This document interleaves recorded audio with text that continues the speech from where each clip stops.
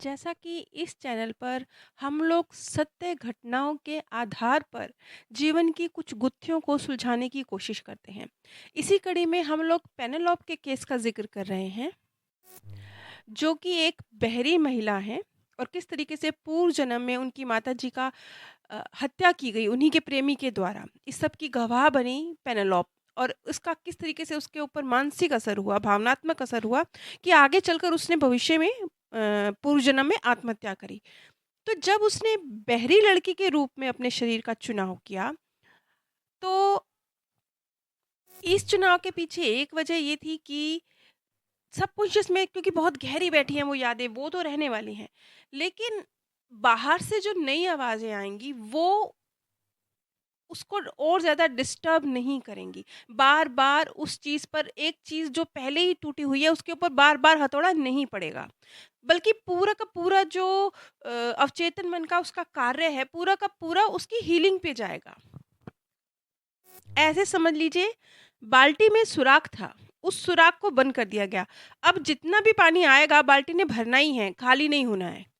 इसी तरह से जब बहरी शरीर में पेनेलोप का पुनर्जन्म हुआ, तो एक तरह से उसने बाल्टी के सुराख को भर दिया। अब उसने सिर्फ हीलिंग को ही प्राप्त करना है। बाहर से आने वाली आवाज़ें एक हथौड़े की तरह तरह उसे और ज़्यादा तोड़ेंगी नहीं। यहाँ मार्गदर्शक स्पष्ट रूप से कहते हैं कि क्योंकि पेनेलोप बहुत बहुत ज़्यादा संवेदनशील है, बहुत ज़्यादा। तो उसकी जो संवेदनशीलता है, अगर वो व्यक्ति जिसने उसकी माताजी का हत्या की थी, वो इनकी मम्मी के या इनके जीवन में होता, या ये अगर बहरी ना होती, तो दोनों ही स्थितियों में ये अपनी उस दर्द को ना ख़त्म कर पाती, ना अपनी उस अति संवेदनशीलता को समाप्त कर पाती। अब डॉक्टर रॉबर्ट द्वारा एक बहुत महत्वपूर्ण सवाल किया गया कि जब आत्मा लोक में रहते हुए ही एक आत्मा हीलिंग को प्राप्त कर सकती है, तो क्या ज़रूरत थी उसे पुनर्जन्म लेने की और इस तरीके से अपने आप को मुश्किल एक शरीर में डालने की, बहरे व्यक्ति के रूप में जन्म लेने की और फिर अपने आप को हील करने की? क्या वो सोल वर्ल्ड में रहते हुए ही अपने आप को हील नहीं कर सकती थी? इस पर जवाब था कि पेनेलोप ने अपनी मम्मी के साथ और अपने मार्गदर्शक के साथ बहुत सारे इस तरह के उसे अवसर मिले थे आत्मा लोक में, जहाँ उसने अपने आप को हील किया था और अपनी वो जो अति संवेदनशीलता है उसे समाप्त किया था। लेकिन एक तो पेनेलोप को भी अधिक गहरे तरीके से ठीक होने के लिए एक शरीर की ज़रूरत थी, इस तरह के एक भौतिक अवतार की ज़रूरत थी, जैसे उसने बर्थ लिया, ऐसे एक बर्थ की ज़रूरत थी। और साथ ही साथ जो उसकी मम्मी जी थी, उनको भी ज़रूरत थी कि वो एक निश्चित समय सीमा के लिए शारीरिक रूप में धरती पर वापस आएँ।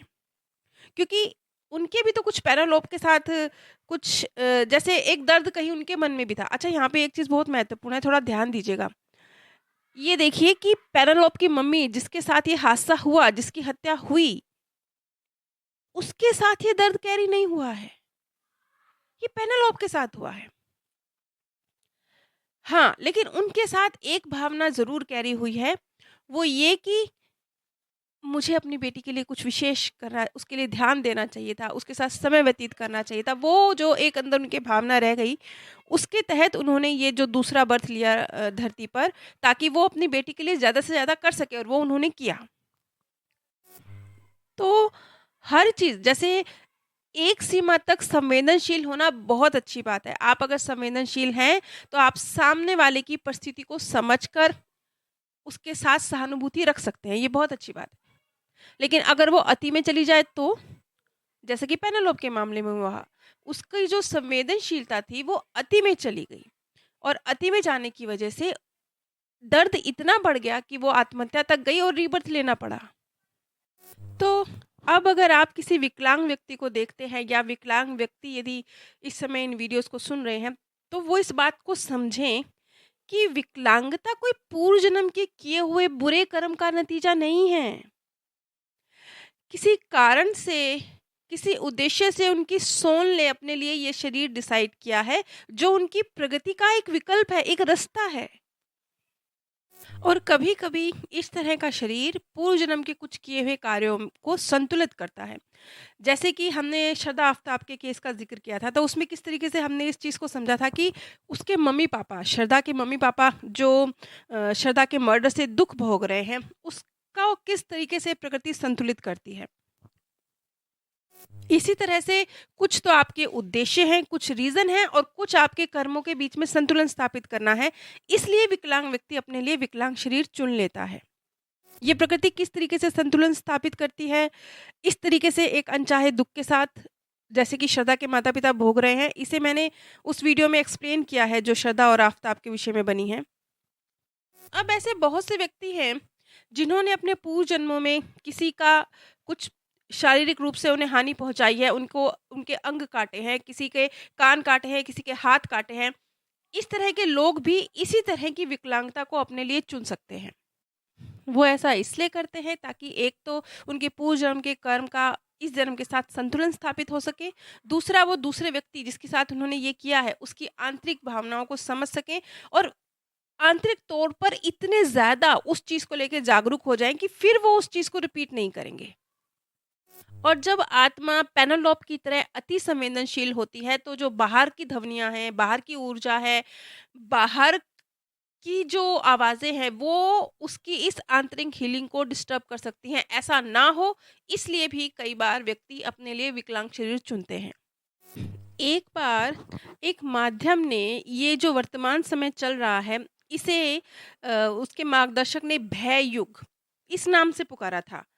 भय युग ये इस शब्द पे गौर कीजिए क्योंकि ध्यान दीजिए किसी ना किसी तरह का भय, किसी ना किसी तरह का डर, यहाँ तक कि चाहे वो डर पूरी तरह से निराधार हो, झूठी मान्यताओं पर आधारित हो या फिर आसपास के लोगों से सिर्फ सुन के पैदा हो गया हो, ये मैक्सिमम लोगों के साथ इस वक्त चल रहा है। पेनेलोप की स्टोरी तो यहीं ख़त्म होती है, वो अपने जीवन के लक्ष्य को प्राप्त करने की ओर अग्रसर है। और भी हमने जो इतनी सारी स्टोरी सुनी हैं और आगे आने वाली कड़ियों में भी हम बहुत सारे लोगों की सत्य कहानियाँ जानेंगे। लेकिन अगर हम कम शब्दों में 2 लाइनों में एक निचोड़ निकालना चाहें, तो वो ये है कि ये जीवन एक खेल है और इस खेल में जहाँ तक हो सके एक संतुलन स्थापित कीजिए। किसी भी इमोशन को बहुत ज़्यादा अपने अंदर हावी मत होने दीजिए। चाहे वो देखने में कितना ही खूबसूरत क्यों ना लग रहा हो। अगर प्यार भी बहुत खूबसूरत इमोशन है, अगर ज़रूरत से ज़्यादा आपके अंदर है तो वो मोह में कन्वर्ट हो जाएगा। अपने माता-पिता की चिंता करना, उनका ख़्याल रखना बहुत अच्छा इमोशन है, लेकिन अगर वो ज़रूरत से ज़्यादा है तो वो पेनेलोप की तरह डर में कन्वर्ट हो जाएगा। अपने ऊपर गर्व होना, अपनी उपलब्धियों के लिए अपनी पीठ खुद थपथपाना, ये बहुत अच्छी फीलिंग है। लेकिन अगर ये ज़रूरत से ज़्यादा हो जाएगी, तो ये अहंकार में परिवर्तित हो जाएगी। और जब ऐसा होगा, तो पेनेलोप की तरह एक और बर्थ लेकर उस चीज़ को हील करना पड़ेगा। तो ऐसी नौबत ही ना आए ना, ऐसी स्थिति ही क्यों बने कि हमें रीबर्थ लेकर अपनी कमियों पर काम करना पड़े, ये चक्र चले ही क्यों? तो इस चक्र को इसी जीवन में अभी आज ही तोड़ देते हैं। और ये टूटेगा कैसे? ये टूटेगा अपने मन से हर नेगेटिव भाव को ख़त्म करके, दूसरे के प्रति गुस्सा नफ़रत ख़त्म करके, अपने प्रति गुस्सा नफ़रत ख़त्म करके, हर भाव के अंदर एक संतुलन स्थापित करके।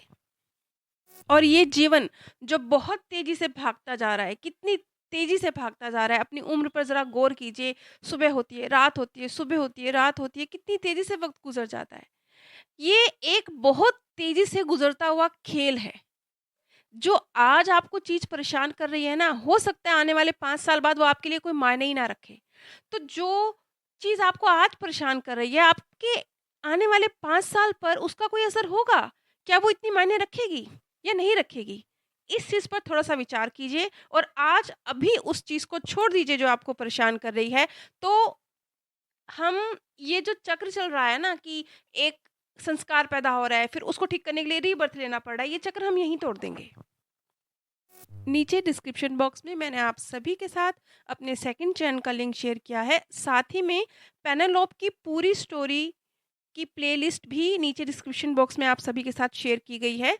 पेनेलोप की सभी भाग इस नाम से एक प्लेलिस्ट है, वो नीचे शेयर की गई है, जिसमें आप पेनेलोप की स्टोरी के सभी भाग सुन सकते हैं। अगली कड़ी में मैं बॉब नाम के एक युवक जो अंधेपन का शिकार है, लेकिन अंधापन उनकी पूर्व जन्म की योजना में शामिल नहीं था। लेकिन इस बर्थ में वो एक ब्लाइंड युवक के रूप में है। ऐसा क्यों हुआ? इस चीज़ को समझेंगे। आप सभी पर परमात्म सौंदर्य, प्रेम और आनंद सदैव बरसता रहे। आप सभी दिव्य परम धाम में स्थान प्राप्त करें। जय